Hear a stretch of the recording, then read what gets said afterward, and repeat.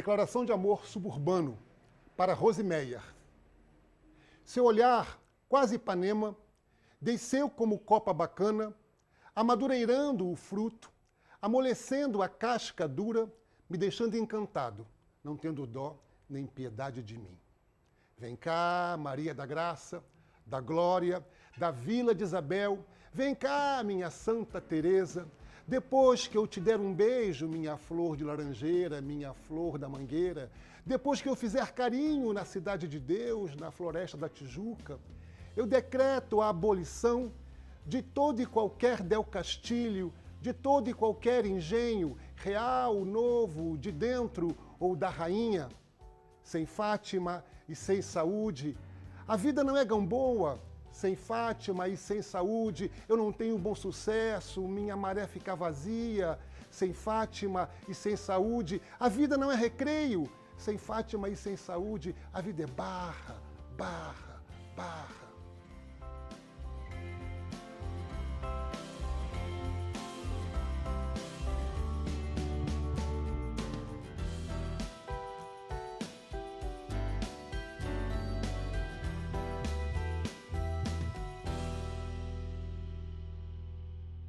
Eu sempre gosto de dizer que, se ninguém me pergunta o que é museu, eu sei perfeitamente o que é.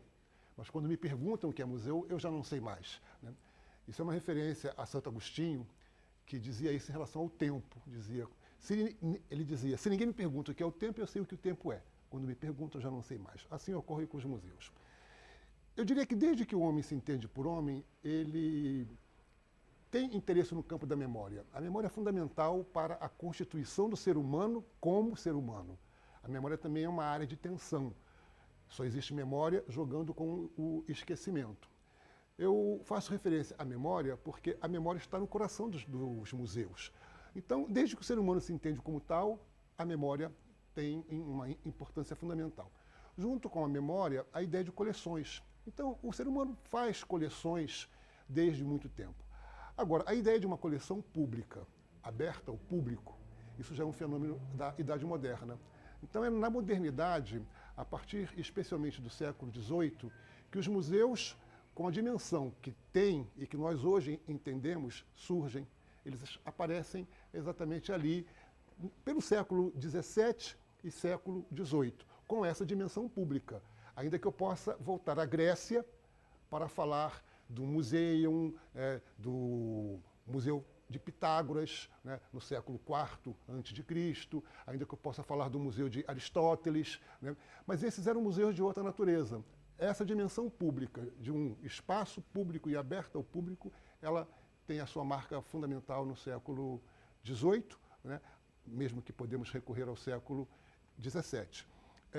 E é então na modernidade. Os exemplos clássicos são o Museu Britânico, o Museu do Louvre, né? Esses são os exemplos clássicos de museus que foram abertos ao público, né?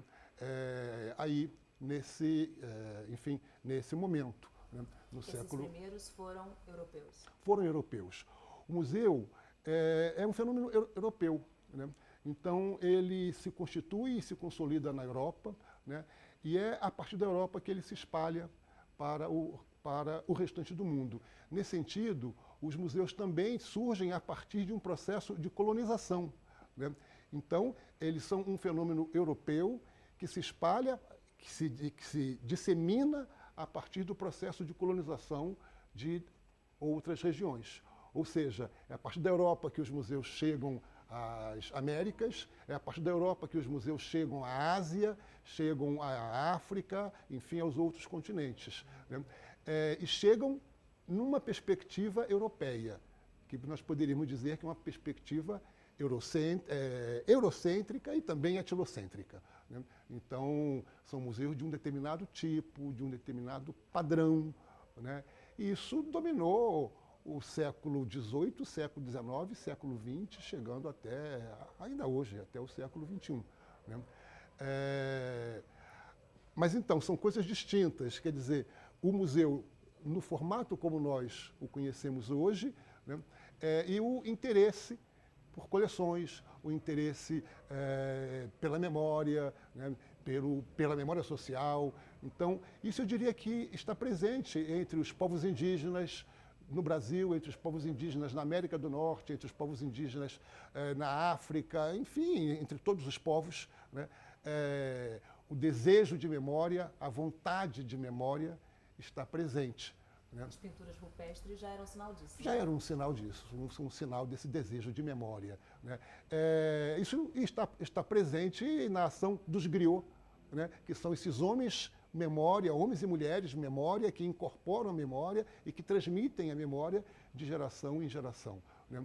Isso está presente na toponímia, né? No nome das coisas, o nome que, quer dizer, os lugares passam a ter, são também registros de memória que ali vão sendo gravados, ou seja, está presente na paisagem. Né? A nossa relação com a paisagem também passa pelo campo da memória, né? E assim por tudo mais.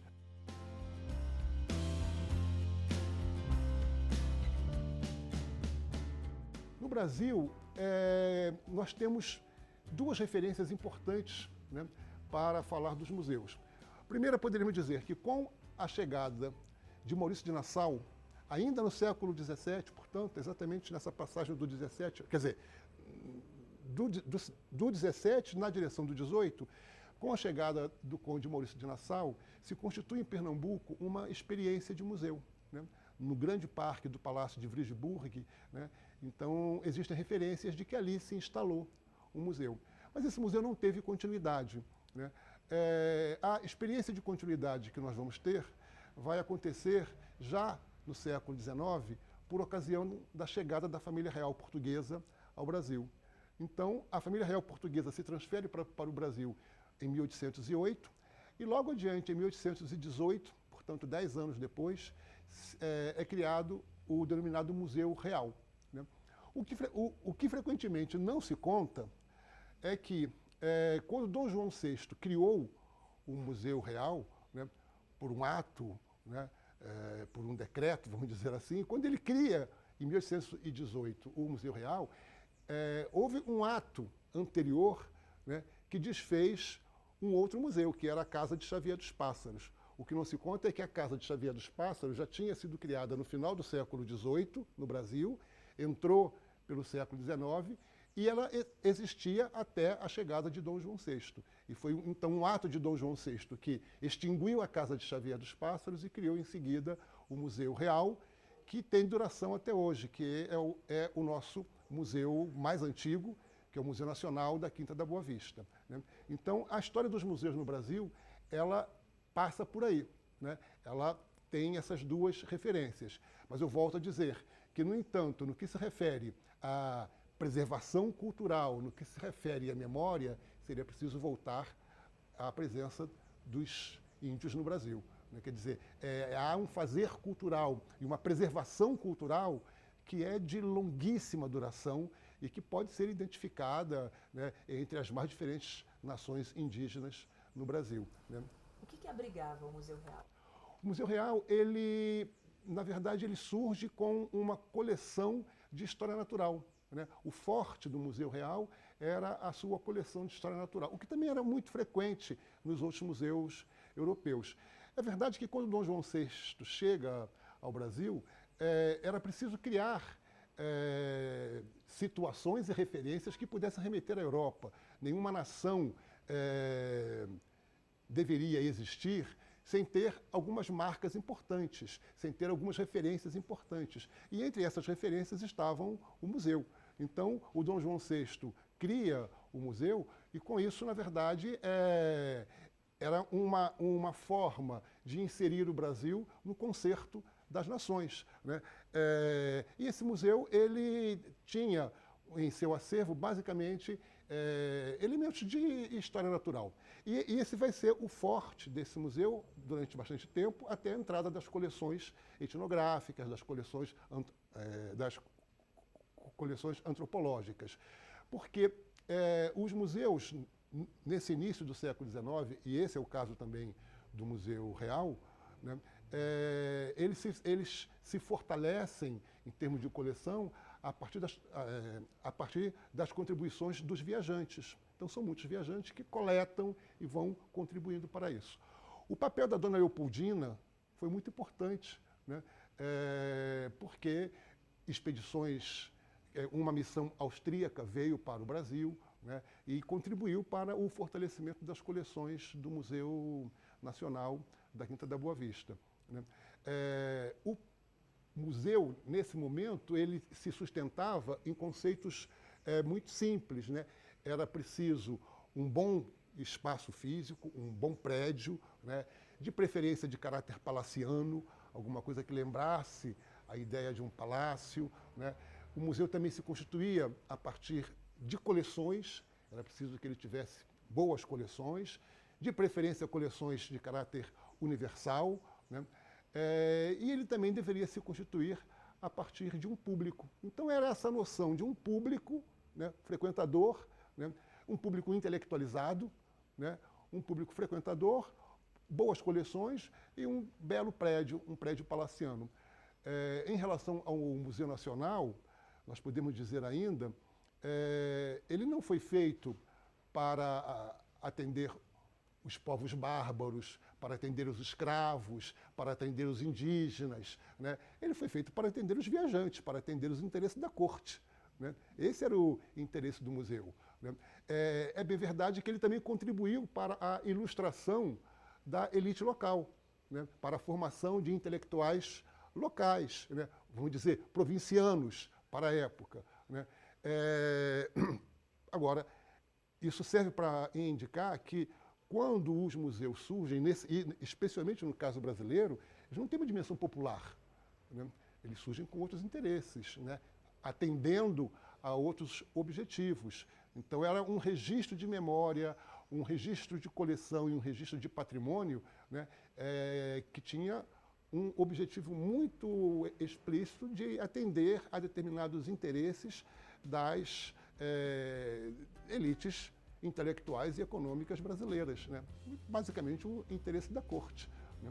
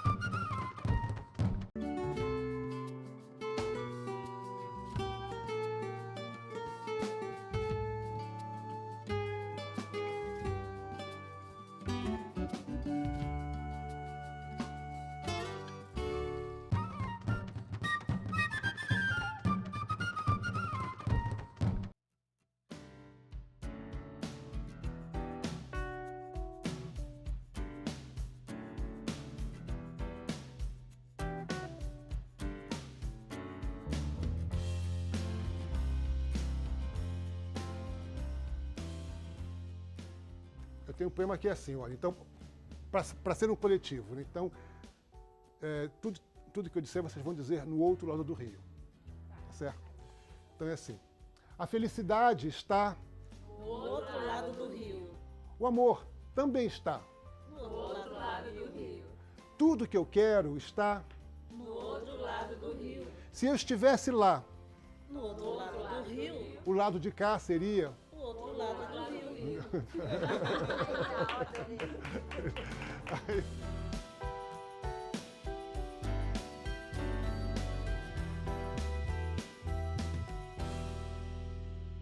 Esse padrão de museu, ele atravessou todo o século XIX, se projetou até o século XX e foi especialmente a partir de mudanças que se deram na sociedade, né, em várias sociedades, né, em diversos países, a partir de mudanças que se deram especialmente após a Segunda Guerra Mundial, mas com ênfase, sobretudo, depois dos anos 60, por ocasião dos movimentos sociais, dos jovens rebeldes, dos jovens que se manifestavam, que iam às ruas, por ocasião das atuações do movimento feminista, por atuação do movimento negro, os vários movimentos sociais que se desenvolvem, especialmente depois dos anos 60. Os hippies também. Os hippies entram aí, o movimento ecológico, O movimento negro. movimento negro, exatamente. Esses vários movimentos, eles vão exercer um papel de crítica para a sociedade, e essa crítica se estende para a escola, para a produção de arte, para o teatro, né? Para diversas instituições, incluindo os museus, né? Então, essa crítica se estende fortemente para o campo dos museus, que passaram a ser vistos como dinossauros, espécies em extinção, elefantes brancos, geravam prejuízos e não tinham contato com a sociedade, né? E esses museus são gravemente criticados, né? Então, e era preciso que, de algum modo, eles buscassem algumas respostas. Os artistas vão ter um papel fundamental, porque também vão fazer críticas severas a esse padrão de museu, né? Começa aí o embrião da museologia social. Né? Começa aí o embrião da museologia social. Esse embrião, nós podemos já identificar, por exemplo, nos anos 50, numa experiência na África, na Nigéria, onde em Niamey, um catalão exilado desenvolve uma experiência de museu baseada em folclore, baseada nas tradições locais, mas ele desenvolve uma experiência extraordinária do ponto de vista da conexão com a sociedade. Aquele museu realizava desfiles de moda, tinha interesse na culinária, ou seja, um museu com função social muito clara. Museu vivo. Um museu vivo. Uma experiência semelhante foi desenvolvida, Fátima, quer dizer, semelhante guardadas as devidas proporções, mas uma experiência importante foi desenvolvida em Anacostia, nos Estados Unidos, né, num museu vinculado à Smithsonian, né, que era um museu do bairro de Anacostia, onde um bairro negro que sofreu uma peste de ratos, uma invasão de ratos, e o diretor do museu na ocasião, John Knar, resolveu fazer uma exposição sobre os ratos, né, onde ele atuava junto com a comunidade, mostrando como os ratos se multiplicavam, o que comiam, e ali o museu passou a ter uma função social muito marcada, que era o museu ajudando a população a combater a praga dos ratos. Ali o museu ficava marcado, ele poderia ter uma função social, né? Então, não era só para a contemplação, por mais importante que a contemplação seja, né? Mas ele não se destinava apenas a isso, né? Então, essas foram experiências muito fortes. No Brasil, nós também tivemos, nos anos 50, a experiência do Museu do Índio, que foi um museu forte, ele surgiu para lutar contra os preconceitos em relação aos povos indígenas. E o museu da doutora Anísia da Silveira, o Museu de Imagem do Inconsciente, que também surgiu para lutar contra o preconceito em relação aos doentes mentais, né? Então, essas experiências elas foram se acumulando, explodiram nos anos 60 e logo depois. E aí são exatamente o que você apontou muito bem, são os embriões dessa nova museologia que hoje nós chamamos de museologia social. Uma museologia comprometida com as transformações sociais, uma museologia que assume compromissos com a sociedade onde aquele museu está inserido.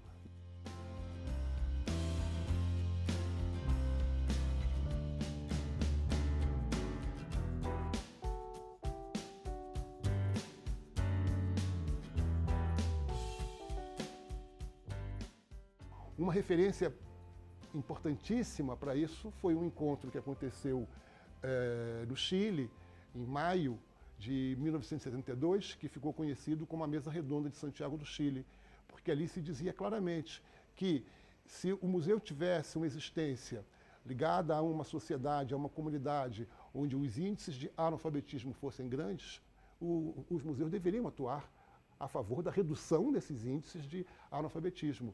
Da mesma forma, em relação à mortalidade infantil, né? Então, ou seja, esse encontro no Chile serviu para chamar a atenção dos museus para os interesses da sociedade, né? Até então eles viviam como que, eles e os seus profissionais, né?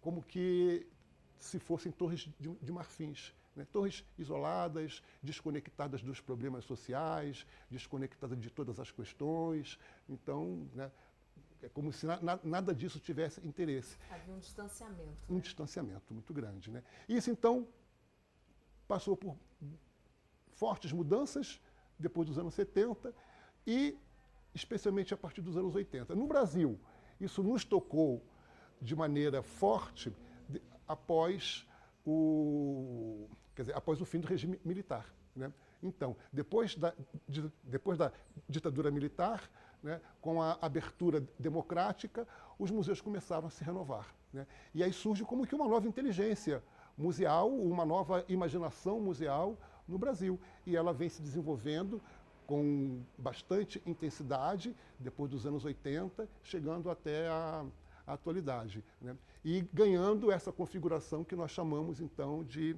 museologia social, né? Qual seria, então, a nova função social dos museus? Essa é uma pergunta-chave mesmo, né?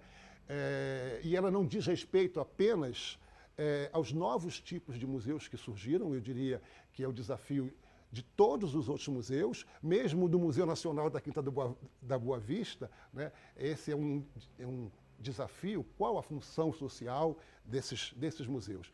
Eu diria, em primeiro lugar, atuar a favor da redução dos preconceitos. Acho que os museus podem ter um papel fundamental no combate aos preconceitos de toda a natureza. Atuar contra as desigualdades sociais, né? Atuar a favor da dignidade social, né? Então, e nós temos exemplos muito claros sobre isso, né? Quer dizer, isso não é apenas uma fala retórica, né? Temos exemplos muito claros. Eu diria, um exemplo claro de um museu que atua a favor da dignidade social, da comunidade, da sociedade onde ele está inserido, é o Museu da Maré, né? Então, o Museu da Maré foi criado em 2006, ele tem um papel fundamental. Ele permite que as pessoas compreendam a sua história, né, se orgulhem da sua história, percebam de onde vieram, aonde estão e, portanto, permite que as pessoas construam novas possibilidades de futuro, né? Tem depoimentos registrados no Museu da Maré de pessoas que dizem: essa visita ao museu marcou a minha vida, essa visita ao museu transformou a minha vida. Um indivíduo que registra: sou morador da Maré, já levei um tiro, já apanhei, já sofri de várias maneiras, mas quando visitei esse museu, compreendi a importância do museu para quem ele está falando e do que ele está falando. Então, é um museu que ele dignifica toda a comunidade da Maré, mas, além disso, ele contribui para a formação de jovens que lá estão por meio de oficinas de informática, cursos de literatura, cursos de artesanato, né? O Projeto Marias da Maré tem uma conexão muito grande com esse espaço onde nós estamos, porque o Coco Barçante teve uma atuação no Marias da Maré, né? Produzindo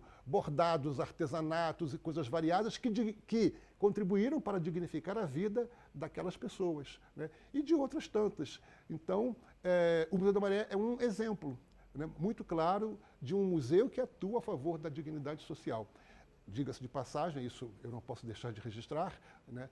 O Museu da Maré que hoje está sofrendo com uma ameaça de despejo, né?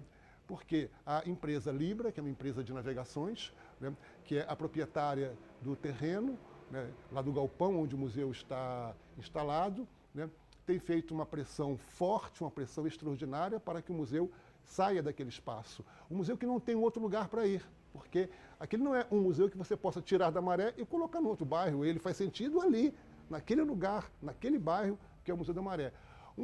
Um galpão que estava abandonado há mais de 20 anos e que quem dignificou o galpão foi o Museu da Maré, né, que tem reconhecimento internacional.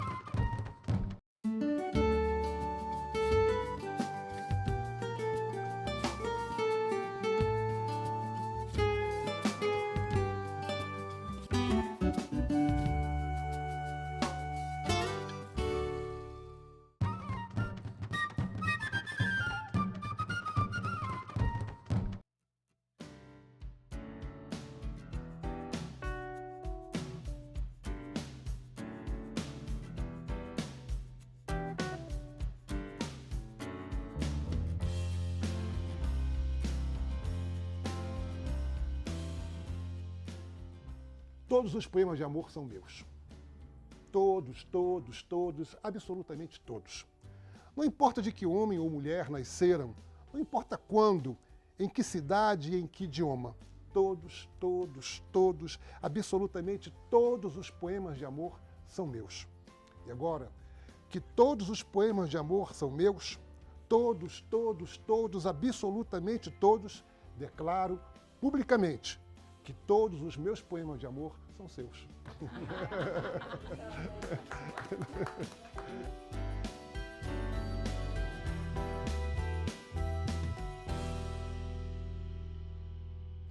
A ideia de museu que estava concentrada, como eu disse, né, em edifício, coleção e público, ela foi inteiramente alterada, né? É como se operasse uma expansão conceitual muito forte, porque ao invés de edifício se passou a trabalhar com a ideia de território, né? E um território socialmente ocupado. Ao invés de coleção se passou a trabalhar com a noção de patrimônio. E aí, no patrimônio, é patrimônio material, patrimônio imaterial, patrimônio natural. Então, é um patrimônio num conceito bastante mais amplificado, né? E ao invés de público, se passou a trabalhar com a ideia de comunidade, né? De grupos de interesse, de sociedade local, né? Mesmo essas ideias que, depois dos anos 60 e 70, foram se fortalecendo, se desenvolvendo, hoje já passam por algumas renovações, né? Hoje já se fala na ideia de, não tanto de território, né, mas de redes de território ou de territorialidades, ampliando um pouco mais, né? Não mais a ideia de patrimônio, né, fechada, mas uma ideia de redes também, de redes sociais. Quer dizer, ao invés de público, redes sociais, redes em conexão, né? Quer dizer, ao invés de coleções, a ideia de temas variados que também podem ser operados. Quer dizer, o próprio acervo dos museus passa a ser o acervo de temas, o acervo de problemas daquele grupo. Então, se há um problema, aquele vai ser o acervo a ser tratado. Quer dizer, se a saúde é um problema numa determinada região, o museu atua com o tema da saúde. Se a questão ambiental, se o lixo é um problema, o museu atua com o tema do lixo. Então, essas ideias também foram ganhando ampliações, territorialidades, né, redes e redes sociais, temas e assuntos variados. Então, essas ideias dos museus foram se alterando. Por isso eu dizia antes, se alguém me pergunta o que é, eu já não sei muito bem, porque o museu hoje ele não está concentrado na ideia do né? De outro modo, toda vez que nós dizemos o que o museu é, ele pode ser alguma coisa diferente daquilo que nós estamos afirmando. Então, o museu é muito mais o território do O museu é isso e mais aquilo e mais algumas outras possibilidades, né? Esses museus do século XVIII desejavam a eternidade, né? Como que sonhavam com a eternidade. E nos museus contemporâneos nós assumimos a transitoriedade. Os museus nascem, eles crescem, se desenvolvem e morrem, né? Alguns museus deixam de existir e podem deixar de existir. Alguns, eu diria, devem deixar de existir, porque eles cumpriram o seu papel, eles cumpriram a sua missão. É o caso do Museu do Rato que você citou. Exatamente, o caso do Museu do Rato, é isso, né? Ele cumpriu a sua função, tendo cumprido a função, deixou de ter necessidade. Ele hoje existe na memória, existe nas referências que nós fazemos a ele, né? Então, mas essa noção ela é fundamental, porque nós passamos a compreender que o museu é uma prática também, ele é uma prática social, é uma ferramenta de trabalho, né? Que eu utilizo essa ferramenta, assim como nós temos a câmera de filmar, nós operamos com o museu. Agora, eu preciso saber, tem uma técnica para isso, né? Então, hoje, nós dizemos assim, não basta democratizar o acesso ao museu estabelecido. É fundamental democratizar a ferramenta museu. É fundamental democratizar o museu como um meio, né, de produção de conteúdos, e ele precisa ser democratizado. E isso está no coração da museologia social. Quer dizer, não basta democratizar o acesso ao que está dado, né? É preciso democratizar a agenda, é preciso democratizar essa própria ferramenta, que as pessoas tenham a oportunidade de criar museus nos termos que quiserem criar museus. Então aí os povos indígenas podem criar os seus museus, como têm criado, né? O Ceará tem criado uma rede de museus comunitários da maior importância, o Museu Genipapo Canindé, né? Museu do Cacique Perna de Pau, né? O Museu dos Índios Ticuna, já não no Ceará, no Alto Solimões, né? Museu dos Pataxó. Então, os povos indígenas têm criado um conjunto extraordinário de museus, mas também os povos quilombolas, os museus dos terreiros de candomblé, né? Então, assim como é importante ter um museu de arte sacra, ter um museu numa igreja católica, também é importante, se eles assim o quiserem, né, criar um museu num terreiro de candomblé, em qualquer outro espaço religioso. Isso, na verdade, significa a democratização do fenômeno museu, né, dessa ferramenta museu. Isso, nós agora estamos já num outro patamar. O MUF, que é o Museu de Favela, do Pavão, Pavãozinho, Cantagalo, né, muitas casas fazem parte do circuito do museu, porque lá eles produziram casas-tela, que são pinturas feitas com grafite sobre as fachadas das casas. E com essas pinturas, eles contam a história da favela, do Cantagalo, do Pavão e do Pavãozinho. De tal modo que algumas pessoas moram numa obra de arte, né? A fachada da casa é a obra de arte do circuito do museu. Portanto, ali também não tem a possibilidade de você passar pela porta para entrar no museu. Você, na rua, já está no museu. É uma situação diferente, porque eles se constituem como um museu de território, ou museu de territorialidade. Então, essas situações se alteraram todas.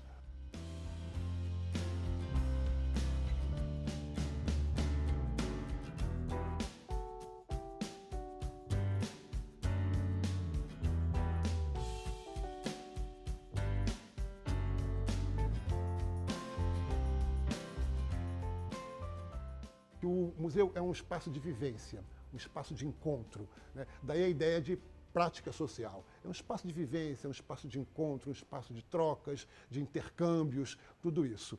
Então, se um museu como esse, o Museu do Artesanato, se abre, né, claramente para a vivência, para o encontro, se ele contribui para a formação de outras pessoas, se contribui para a formação cidadã de outras pessoas, como já vem atuando, se contribui para a formação de novos artistas, para a valorização desses artistas, ele vai se afirmando no campo da museologia social.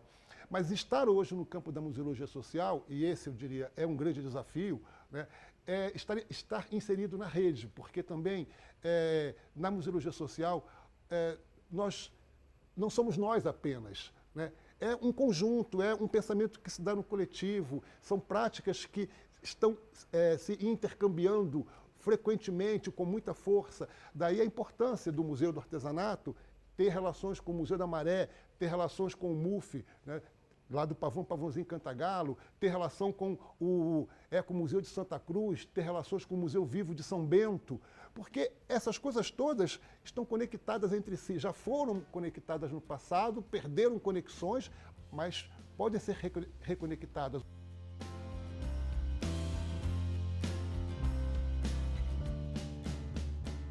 Há uma forte poética nos museus, ninguém opera nos museus sem saber ler e escrever com a linguagem das coisas, né? E ler e escrever com a linguagem das coisas é um exercício poético, né? Então eu vejo isso ali.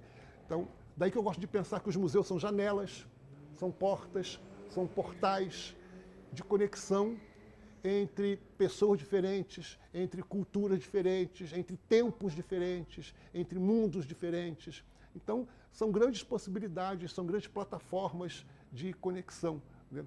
E pensar nisso faz muita diferença, né?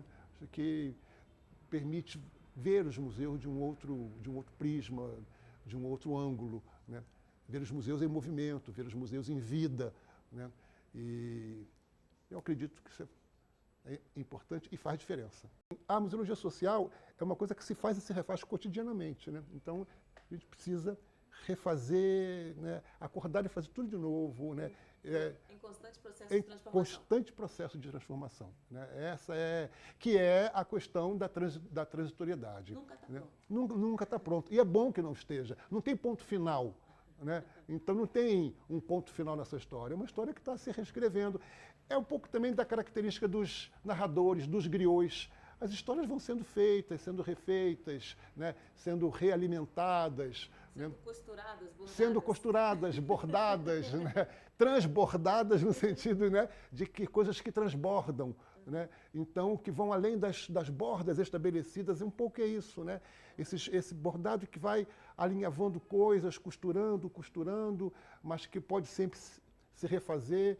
Então, é um pouco do que nós encontramos aqui, esses retalhos todos, né? E essa árvore de retalhos, que é a árvore da maré, né? Então, isso é de uma riqueza muito forte, porque são muitas mãos, muitas pessoas costurando tudo isso, né? E se oferecendo, né? Aí sim, para a nossa contemplação, ao nosso deleite, porque como eu já quis dizer antes, né?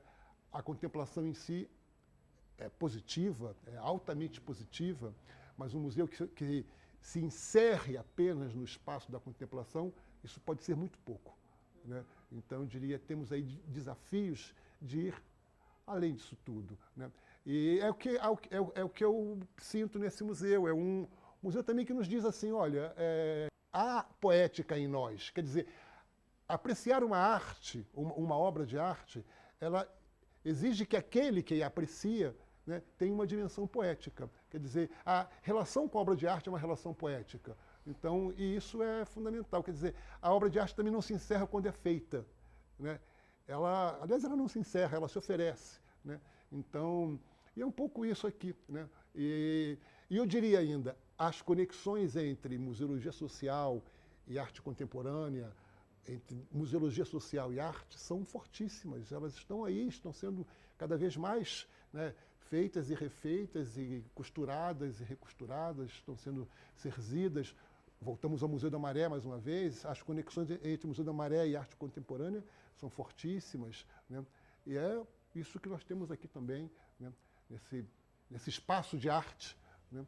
Que é essa conexão com o tempo presente, com o mundo presente, né? Então, e o compartilhamento, né? O compartilhar, né, é fundamental.